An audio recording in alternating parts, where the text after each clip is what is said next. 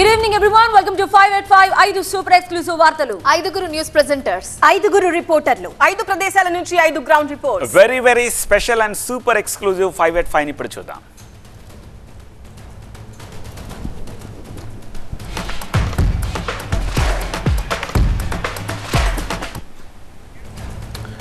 Political తెరపై తెలంగాణ శాసన మండలి రద్దు అంశం.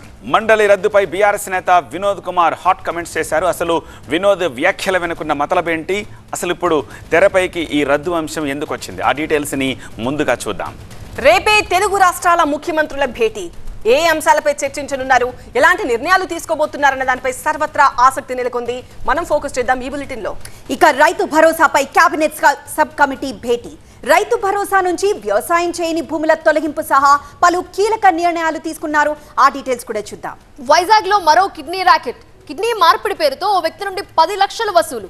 బాధితుడి ఫిర్యాదుతో పోలీసు యంత్రాంగం కదిలింది. వివరాలు ఫోకస్ చేద్దాం. మరొక ఎక్స్క్లూసివ్ వార్త. వైఎస్ఆర్ జయంతి వేడుకలపై ఏపీలో పొలిటికల్ రచ్చ నడుస్తోంది. పోటాపోటీగా వేడుకలకు సిద్ధమైంది ఇటు వైసీపీ అటు కాంగ్రెస్ పార్టీలు. డీటెయిల్ గా చెక్ చేద్దాం ఇవాళ 5 at 5 లో.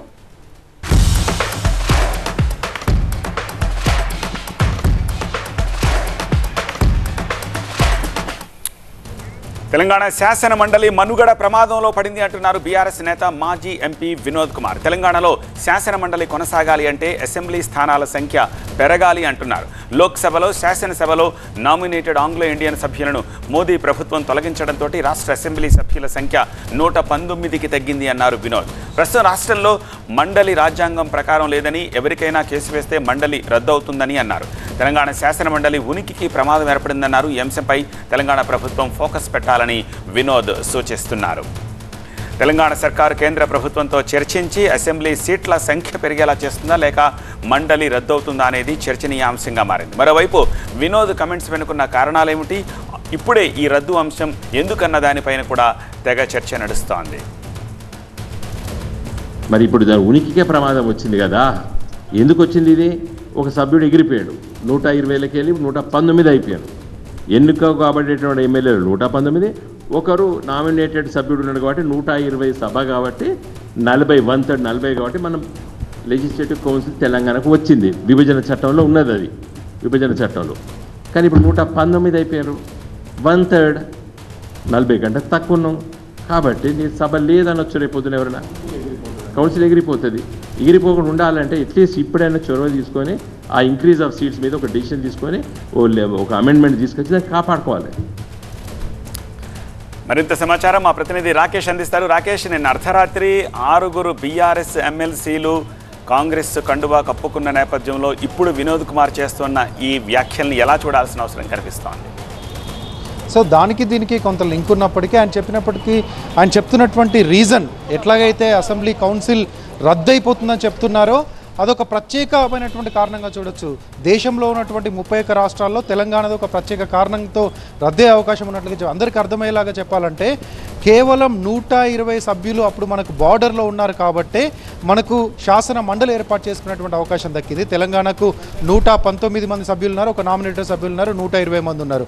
ఆర్టికల్ 169 నుంచి 172 వరకు ఉన్నటువంటి ఆర్టికల్స్ అన్నీ కూడా శాసన మండలి ఏర్పాటు ఎట్లా చేయాలి, దానికి ఉన్నటువంటి అర్హతలు ఏంటి, ఎంతమంది సభ్యులు ఉంటే ఏర్పాటు చేయాలనేది చెప్తూ వస్తుంది. ముందుగా పాయింట్ 1, కనీసం 40 మంది సభ్యులు ఉంటేనే శాసన మండలి ఏర్పాటు చేయాలి. ఆ 40 మంది సభ్యులు ఎట్లా ఫ్రేమ్ అవుతారంటే శాసన సభ్యులు ఎమ్మెల్యేల సంఖ్యలో, ఆ రాష్ట్రానికి ఉన్నటువంటి ఎమ్మెల్యేల సంఖ్యలో 1/3 సభ్యుల్ని శాసన మండలి సభ్యులుగా మనం కౌన్సిల్ ఏర్పాటు చేసుకోవచ్చు. అంటే ఖచ్చితంగా 120 మంది ఎమ్మెల్యేలు ఉంటేనే, 120 ఆ పైన ఉంటేనే ఆ రాష్ట్రానికి శాసన మండలి వచ్చేటువంటి అవకాశం ఉంటుంది. ఈ లెక్కన దేశంలో 17-18 రాష్ట్రాలకు అసలు శాసన మండలి లేదు. 120 కంటే తక్కువ ఎమ్మెల్యేలు ఉన్న ఏ రాష్ట్రానికి కూడా శాసన మండలి ఏర్పాటు చేసుకునేటువంటి అవకాశం లేదు. కాబట్టి 120 సభ్యులు ఉన్నారు కాబట్టి తెలంగాణకి శాసన మండలి వచ్చింది. కానీ ఆ సంఖ్య మొన్న అసెంబ్లీ ఎన్నికలకు ముందు ఎక్కడైతే ఆంగ్లో ఇండియన్ సభ్యుల్ని కేంద్ర ప్రభుత్వం రద్దు చేసిందో అన్ని శాసనసభలలో, అదేవిధంగా పార్లమెంట్లో కూడా రద్దు చేసిందో మన దగ్గర కూడా రద్దు అయిపోయింది. తెలంగాణలో 119 మంది సభ్యులు మాత్రమే ఉన్నారు. అప్పుడు 1/3 చేస్తే 39 మంది మాత్రమే కౌన్సిల్లో ఉండేటువంటి అవకాశం ఉంటుంది. ఈ లాజిక్తో అంటే ఆర్టికల్ 172 చెప్తున్నటువంటి ఈ లాజిక్తో ఎవరైనా కోర్టుకు వెళ్తే ఇమీడియట్గా శాసన మండలి రద్దవుతుంది. అందులో ఉన్నటువంటి 40 మంది ఎమ్మెల్సీలు పూర్తిగా వాళ్ళ పదవుల్ని కోల్పోయేటువంటి అవకాశం ఉంటుంది. ఇది రాజ్యాంగానికి విరుద్ధం అంటూ వినోద్ చెప్తున్నారు. రాకేష్ బీఆర్ఎస్ అధికారంలో 10 సంవత్సరాలు ఉన్నప్పుడు ఈ లాజిక్ని ఎందుకు అప్లై చేయాలని చెప్పి బీఆర్ఎస్ అనుకోలేదు? ఎందుకు బీఆర్ఎస్ దీన్ని అప్పుడు కేంద్రం దృష్టికి తీసుకెళ్లలేదు? అప్పుడు అవకాశం లేదు. ఎందుకంటే నామినేటెడ్ సభ్యుల్ని క్యాన్సిల్ చేసింది, నామినేటెడ్ సభ్యుల్ని రద్దు చేసింది. మొన్నటి 6 నెలల క్రితం జరిగినటువంటి అసెంబ్లీ సమావేశాలకు ముందే జరిగింది. కాబట్టి అంతకుముందు బీఆర్ఎస్ అధికారంలో ఉన్న 10 ఏళ్ళు నామినేటెడ్ సభ్యులుగా స్టీఫెన్సన్ కొనసాగుతూ వచ్చారు. కాబట్టి 120 అసెంబ్లీ సభ్యుల సంఖ్య 120 ఉంది, ఫ్లోర్ సైజ్ 120 ఉంది. కాబట్టి ఎక్కడ ఇబ్బంది రాలేదు. ఇప్పుడు 119 ఉంది, ఇంకొక సభ్యుడు పెరిగేటువంటి అవకాశం లేదు. కాబట్టి ఇమీడియట్గా రద్దు అవ్వడానికి అవకాశాలు ఎక్కువగా ఉన్నాయి. ఎవరైనా ఈ లాజిక్తో కోర్టుకు వెళ్తే రద్దు అయ్యేటువంటి అవకాశాలు ఉన్నాయి. ఇద్దరు ముఖ్యమంత్రులు భేటీ అవుతున్నారు. కేంద్రంలో చక్రం తిప్పుతున్నటువంటి చంద్రబాబుతో భేటీ అవుతున్నారు. కాబట్టి చంద్రబాబుతో ప్రెషర్ పెట్టించి ఇమీడియట్గా ఇక్కడటువంటి సభ్యుల సంఖ్య పెంచే విధంగానో లేకపోతే చట్టంలో అమెండ్మెంట్స్ తీసుకొచ్చి తెలంగాణకు కొంత ఎగ్జంప్షన్ ఇచ్చే విధంగానో మాట్లాడండి. పెద్దల సభపై నాకు గౌరవం ఉంది అంటే చెప్తున్నారు. ఇక మీరు ముందుగా అడిగినట్టు దీనికి నిన్న అర్ధరాత్రి జరిగినటువంటి ఎమ్మెల్సీల ఫిరాయింపుకి సంబంధం ఉందని కూడా భావించవచ్చు రాజకీయంగా. ఎందుకంటే కౌన్సిల్లో బీఆర్ఎస్ సభ్యుల సంఖ్య చాలా ఎక్కువగా ఉంది. 29 మంది బీఆర్ఎస్కి సంబంధించినటువంటి సభ్యులు ఉన్నారు. దాంట్లో 8 మంది, నిన్న 6, అంతకుముందు 2, 8 మంది పోతే ఇప్పుడు ఇంకా 21 మంది ఉన్నారు. ఖచ్చితంగా ఎల్పీని విలీనం చేసుకుంటామంటూ కాంగ్రెస్ చెప్తుంది. ఈ లెక్కన మరో 10 మందో 12 మందినో వాళ్ళు కలుపుకునేటువంటి అవకాశం కాంగ్రెస్ చూస్తూ ఉంది. కాబట్టి ఇక కౌన్సిల్లో ఉండేటువంటి సభ్యుల సంఖ్య మైనారిటీగా తగ్గిపోతుంది, మెజారిటీ లెవెల్ నుంచి మైనారిటీ లెవెల్కి తగ్గిపోతుంది. కాబట్టి ఈ దశగా అసలు కౌన్సిల్నే రద్దు చేయిస్తే ఎట్లా ఉంటుందన్న ఆలోచనగా ఒక పొలిటికల్ థింకింగ్ అయితే బీఆర్ఎస్ ఖచ్చితంగా ఉంటుంది. బీఆర్ఎస్ఓ లేకపోతే ఈ విషయాన్ని బయటపెట్టిన తర్వాత ఇంకేదైనా సంస్థనో ఇంకేదైనా వ్యక్తులో కోర్టుకెళ్ళే అవకాశం అయితే లేకపోలేదు. ఆ దిశగా వెళ్తే నిజంగా ఈ ఆర్టికల్ 169 నుంచి 172 వరకు ఉన్నటువంటి నిబంధనలు 40 మంది ఖచ్చితంగా ఉండాలి. 1/3 సభ్యుల సంఖ్య తీస్తే కనుక 40 మంది ఖచ్చితంగా ఉండాలి. 40 మంది కంటే ఎక్కువ ఎంతమందినైనా పెట్టుకోవచ్చు అనే ఒక నిబంధనలు తీసుకొని సుప్రీంకోర్టుకు వెళ్తే ఖచ్చితంగా రద్దయ్యేటువంటి అవకాశాలు కూడా కనిపిస్తున్నాయి. కేంద్రం నుంచి ఎలాంటి పదవులు ఆశించలేదు అంటున్నారు AP CM Chandrababu Naidu. NDA ఇచ్చిన 2 మంత్రి పదవులే తీసుకున్నాం, రాష్ట్ర పునర్నిర్మాణమే లక్ష్యంగా పనిచేస్తాం. 5 ఏళ్ల జగన్ పాలనలో ఎంతో నష్టం జరిగింది అంటున్నారు చంద్రబాబు వ్యాఖ్యలకు సంబంధించిన బ్రేకింగ్ న్యూస్ మనం చూస్తున్నాం. దక్షిణాదిలో ఎక్కడా లేని వనరులు ఏపీలో ఉన్నాయి. దక్షిణాది మొత్తానికి గోదావరి నీరు ఇవ్వచ్చు, నదుల అనుసంధానంతో అద్భుతాలు చేయొచ్చు అంటున్నారు చంద్రబాబు నాయుడు. ఢిల్లీ నుంచి తెలంగాణకు బయలుదేరారు ఏపీ సీఎం చంద్రబాబు. ఇక 2 రాష్ట్రాల మధ్య నెలకొన్న వివాదాలకు ఫుల్ స్టాప్ పెట్టేందుకు హైదరాబాద్ ప్రజాభవన్ వేదికగా రేపు భేటీ కాబోతున్నారు 2 రాష్ట్రాల ముఖ్యమంత్రులు. విభజన చట్టంలోని వివాదాల పరిష్కారమే ఎజెండాగా ఇద్దరు సీఎంలు చర్చించనున్నారు. కృష్ణా జలాల పంపిణీ, కోర్టుల్లో ఉన్న పిటిషన్లు వెనక్కి తీసుకోవడం, భద్రాచలం మండలంలోని 5 గ్రామాలను తిరిగి తెలంగాణకు ఇవ్వడం, పలు ఉమ్మడి సంస్థల ఆస్తులు, అప్పుల పంపిణీలో నెలకొన్న ప్రతిష్టంభన, 2 రాష్ట్రాల మధ్య ఉద్యోగుల విభజన, ఇలా చాలా విషయాలు ఈ చర్చల్లో ప్రధాన అంశాలుగా ఉండనున్నట్టుగా తెలుస్తోంది. వీలైనంత త్వరగా 2 రాష్ట్రాల మధ్య వివాదాలను క్లియర్ చేసుకోవాలన్న ఉద్దేశంతో ఉన్న ఈ ఇద్దరు సీఎంలు ఈ భేటీలో కీలక నిర్ణయాలు తీసుకునే అవకాశం కనిపిస్తోంది.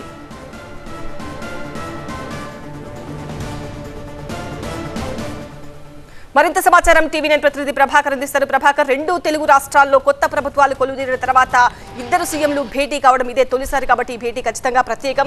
ఎన్నో సంవత్సరాల నుంచి పెండింగ్ లో ఉన్న విభజన సమస్యలు ఈ భేటీతో కొంతవరకు పరిష్కారం లభిస్తుంది అనుకోవచ్చా?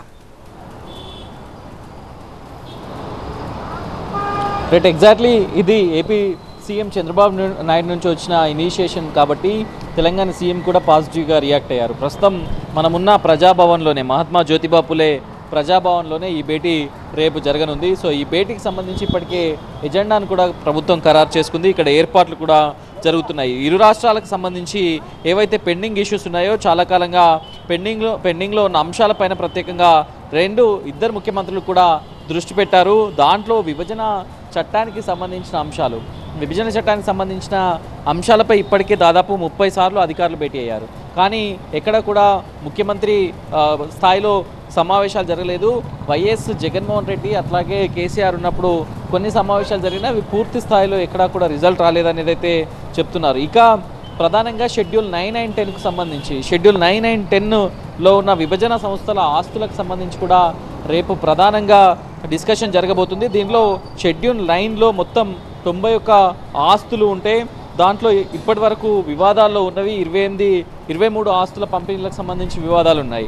షెడ్యూల్ 10 కూడా 142 సంస్థలు ఉంటే దాంట్లో 30 సంస్థల పంపిణీపై ఇంకా వివాదాలు ఉన్నాయి. ఈ 10th షెడ్యూల్కి సంబంధించే తెలుగు అకాడమీ కానీ, అంబేద్కర్ యూనివర్సిటీ కానీ, మిగతా యూనివర్సిటీలు ఇట్లాంటి వాటిపైన కూడా ఇంకా వివాదాలు నడుస్తున్నాయి. ఇక మరొక అంశం మొదటి నుంచి కూడా తెలంగాణ ప్రభుత్వం ఇటు ఏపీ ప్రభుత్వం చాలా కీలకంగా చూస్తున్న అంశం ఉద్యోగుల పంపిణీకి సంబంధించి. చాలామంది ఉద్యోగులు విభజన సమయంలో తెలంగాణ ఉద్యోగులు ఆంధ్రప్రదేశ్కి వెళ్ళారు, ఆంధ్రప్రదేశ్ ఉద్యోగులు తెలంగాణకు వచ్చారు. సో వాళ్ళని మళ్ళీ సొంత రాష్ట్రాలకు తీసుకెళ్లాలనేది 2 రాష్ట్రాల ముఖ్యమంత్రుల ఆలోచన. సో దీనికి సంబంధించి కూడా రేపు డిస్కషన్ జరగబోతుంది. ఇక 5 గ్రామాలకు సంబంధించి 7 మండలాలను ఏపీలో కలిపారు అనేది బీఆర్ఎస్ ఆరోపిస్తున్నప్పటికీ, దాని గురించి మాట్లాడాలని చెప్తున్నప్పటికీ కేవలం 5 గ్రామాలు ఏవైతే ఉన్నాయో భద్రాచలానికి సంబంధించిన 5 గ్రామాలను ఆంధ్రప్రదేశ్లో కలిపారు. సో వాటిని వెనక్కి తీసుకురావడం కోసం చర్యలు తీసుకోవాలి, చొరవ చూపాల్సిందిగా మంత్రి తుమ్మల నాగేశ్వరరావు సీఎం రేవంత్ రెడ్డికి లేఖ రాశారు. సో దాని ప్రకారం కూడా రేపు ఏపీ సీఎంతో డిస్కస్ చేయబోతున్నారు. సో మొత్తానికైతే రేపు 6 గంటలకు ఇద్దరు సీఎంల భేటీ మహాత్మా జ్యోతిబా పులే ప్రజాభవన్లో జరగబోతుంది. సో చాలా ఇంట్రెస్టింగ్ అంశాల డిస్కషన్ తర్వాత ఇద్దరు కలిసి జాయింట్ ప్రెస్ మీట్ పెట్టబోతున్నారు. డిన్నర్ కూడా చంద్రబాబు నాయుడుతో పాటు మిగిలిన మంత్రులు, ఆంధ్రప్రదేశ్ సంబంధించిన మంత్రులు కూడా రాబోతున్నారు. వాళ్ళందరికీ ఇటు తెలంగాణ క్యాబినెట్, అటు ఏపీ క్యాబినెట్లోని కీలక మంత్రులందరూ కూడా ప్రజాభవన్లోనే డిన్నర్ చేయబోతున్నారు. సో ఒక మారథాన్ మీటింగ్ అని చెప్పాలి. లేట్ నైట్ వరకు కూడా ఈ మీటింగ్ జరిగే అవకాశాలు అయితే కనిపిస్తున్నాయి. చంద్రబాబు నాయుడు ఈరోజు నైట్కే హైదరాబాద్ చేరుకుంటారు కాబట్టి ఆల్రెడీ ఢిల్లీ నుంచి బయలుదేరారు, హైదరాబాద్ చేరుకొని రేపు ప్రజాభవన్లో జరిగే మీటింగ్కు అటెండ్ అవుతారు. సో ఇటు 2 రాష్ట్రాల్లో కూడా ఒక క్యూరియాసిటీ అయితే ఉంది, ఏ ఇష్యూస్ డిస్కషన్స్కి వస్తాయి, జాయింట్ ప్రెస్ మీట్లో ఇద్దరు ఏం చెప్పబోతున్నారు అని. రైట్ ప్రభాకర్. ఇక రైతు భరోసాపై తెలంగాణ కేబినెట్ సబ్ కమిటీ కీలక నిర్ణయాలు తీసుకుంది. రైతు భరోసా నుంచి వ్యవసాయం చేయని భూములను తొలగించాలని డిసైడ్ అయింది. పేద రైతులకు మాత్రమే లబ్ధి చేకూరేలా సబ్ కమిటీ ప్రణాళికలను సిద్ధం చేసింది. మరోవైపు కౌలు రైతులు భూ యజమాని నుంచి కౌలు అగ్రిమెంట్ తప్పనిసరిగా తీసుకునే విధానంపై కేబినెట్ సబ్ కమిటీ కసరత్తు చేసింది. అగ్రిమెంట్ ఉన్న కౌలు రైతులకు రైతు భరోసా ఇవ్వాలని నిర్ణయించింది.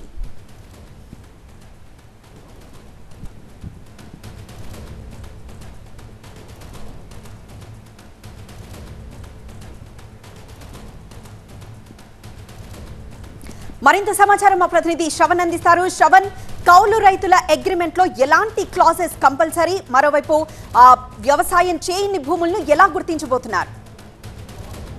వ్యవసాయం చేయని భూములను గుర్తించడానికి ఎంఆర్ఓ స్థాయి నుంచి, గ్రామ స్థాయి నుంచి రికార్డులను తీసుకునే ప్రయత్నం చేస్తుంది.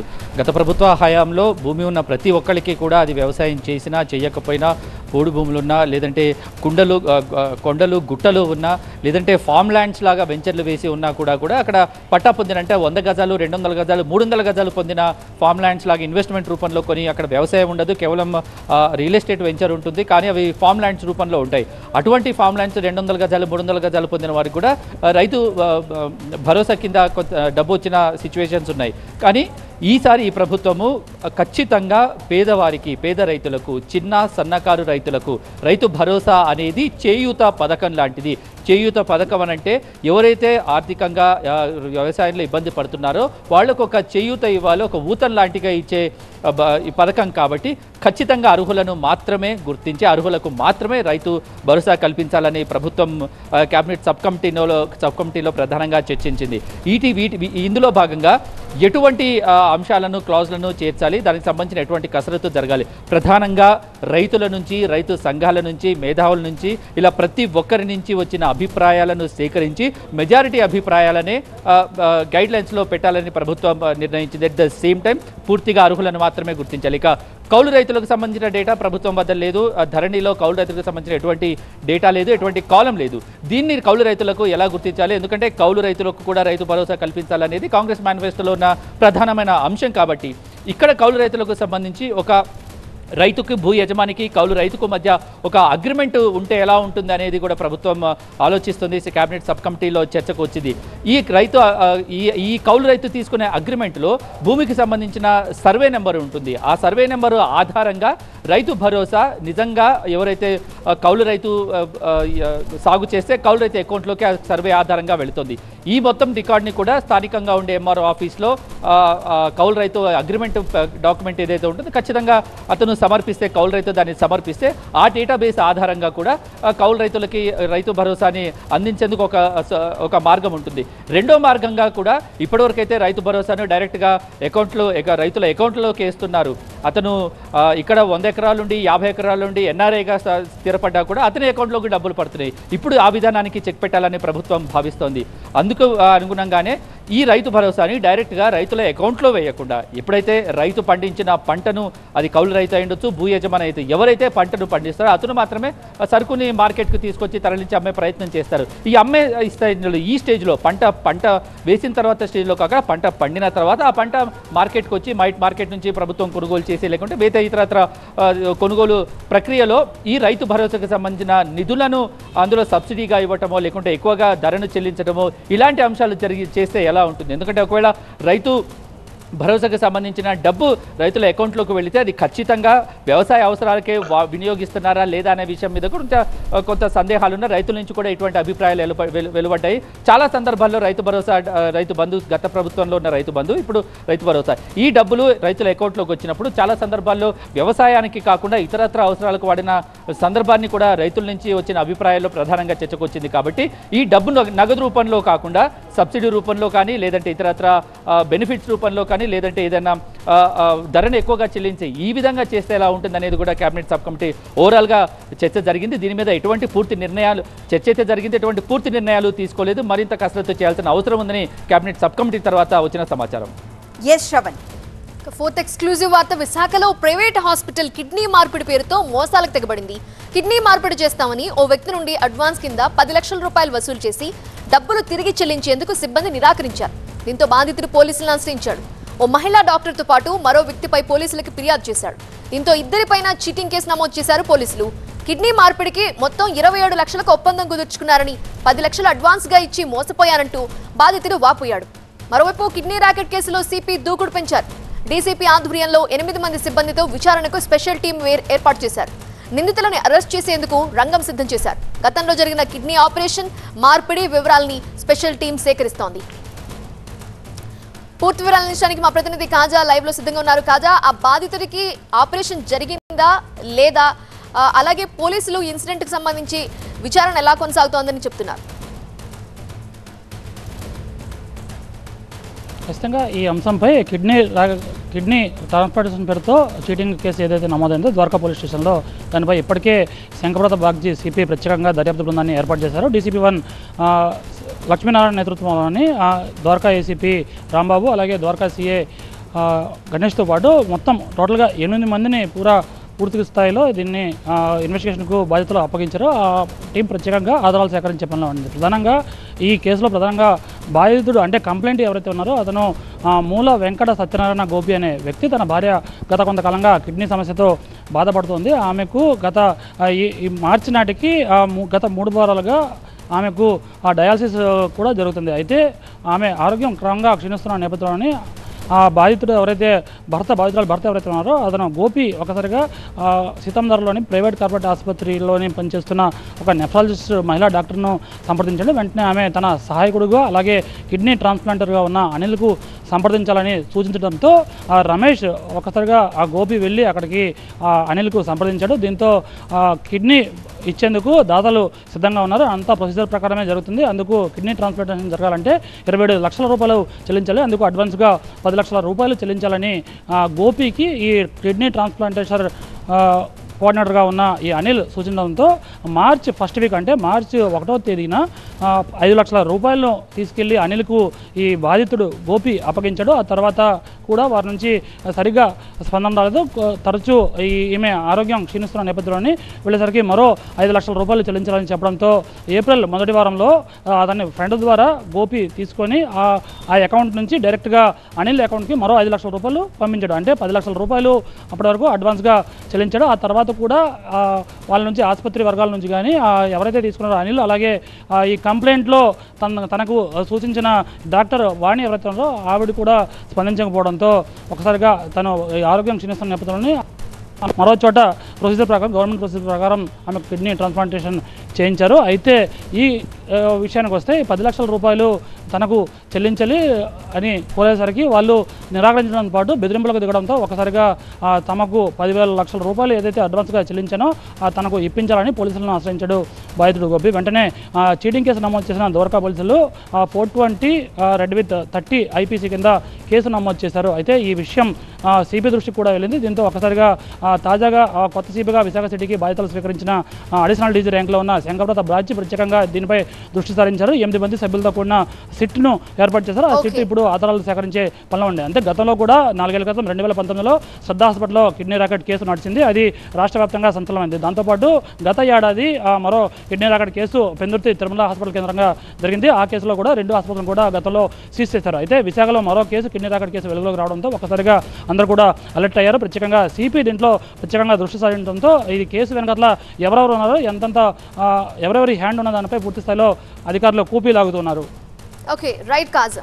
రైట్గా వైఎస్ఆర్ జయంతి వేడుకలపై ఏపీలో పొలిటికల్ రచ్చ నడుస్తోంది. వైఎస్ఆర్ జయంతి వేడుకలపై ఇటు కాంగ్రెస్ అటు వైసీపీ మధ్య పోటీ నెలకొంది. రాష్ట్ర వ్యాప్తంగా ఘనంగా నిర్వహించాలంటే ఇప్పటికే వైసీపీ ఏర్పాట్లు చేస్తోంది. జిల్లాల వారీగా నేతలు సమావేశమై జయంతి వేడుకలపై ఫోకస్ పెడుతున్నారు. మరోవైపు ఏపీ కాంగ్రెస్ చీఫ్ షర్మిల సైతం తగ్గేదలే అంటున్నారు. రాష్ట్రంలో వైఎస్ఆర్ జయంతి వేడుకలకు రావాలంటూ ఇప్పటికే ప్రముఖులకు ఆహ్వానం పంపారు.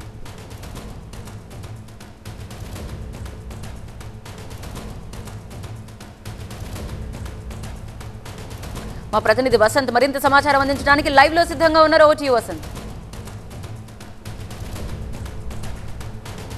సో రాష్ట్రంలో వైఎస్ఆర్ పేటెంట్ కోసం ఇటు కాంగ్రెస్, వైఎస్ఆర్ కాంగ్రెస్ పార్టీల మధ్య పోటాపోటీ నెలకొంది. ఒకవైపు దివంగత నేత మాజీ ముఖ్యమంత్రి వైఎస్ రాజశేఖర రెడ్డికి సంబంధించిన 75వ జయంతి వేడుకలను భారీగా నిర్వహించాలని ఇటు వైఎస్ షర్మిల నేతృత్వంలో కాంగ్రెస్ పార్టీ పెద్ద ఎత్తున ఏర్పాట్లు చేస్తోంది. మంగళగిరి సీకే కన్వెన్షన్ సెంటర్ వేదికగా ఈ కార్యక్రమం నిర్వహించబోతోంది. అందులో భాగంగా ఇప్పటికే ఏపీసీసీ అధ్యక్షురాలుగా ఉన్నటువంటి వైఎస్ షర్మిల దేశవ్యాప్తంగా వైఎస్ రాజశేఖర రెడ్డికి సన్నిహితులుగా ఉన్నటువంటి వారితో పాటుగా మాజీ మంత్రులు, మాజీ ఎంపీలు, మాజీ ఎమ్మెల్యేలతో పాటు ఆయనకు సంబంధించిన కుటుంబ సభ్యుల్ని, అలాగే దేశవ్యాప్తంగా వైఎస్ రాజశేఖర రెడ్డికి సుపరిచితమైనటువంటి లీడర్లతో పాటుగా ఏఐసీసీ అగ్రనేతలు సైతం ఈ కార్యక్రమానికి ఆహ్వానించింది. ప్రధానంగా వైఎస్ఆర్ పేటెంట్ను తన వారసురాలుగా ప్రకటించుకునేలాగా ఈ కార్యక్రమాన్ని పెద్ద ఎత్తున చేపట్టి తన రాజకీయ భవిష్యత్తును నిర్దేశించుకునే ప్రయత్నం చేస్తున్నట్టుగా ఈ ఏదైతే 75వ జయంతి వేడుకలు ఉన్నాయో వీటిని తనకు అనుకూలంగా మార్చుకొని వైఎస్ షర్మిల చేస్తున్నట్టుగా మనకి చాలా క్లియర్గా అయితే అర్థమవుతుంది. మరోవైపు